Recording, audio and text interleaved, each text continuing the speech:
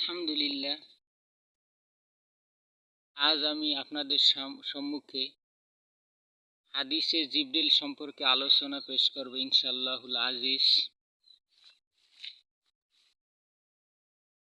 মিশকাতুল মাসাবি একটি প্রসিদ্ধ হাদিস গ্রন্থ। যারা কওমি এবং আলিয়া মাদ্রাসায় পড়াশোনা করেছেন তারা অবশ্যই এই কিতাবটি পড়েছেন। তাই মিশকাতুল মাসাবি একটি প্রসিদ্ধ হাদিস গ্রন্থ, যেটিতে ৬,০০০-এর উপরে হাদিস রয়েছে।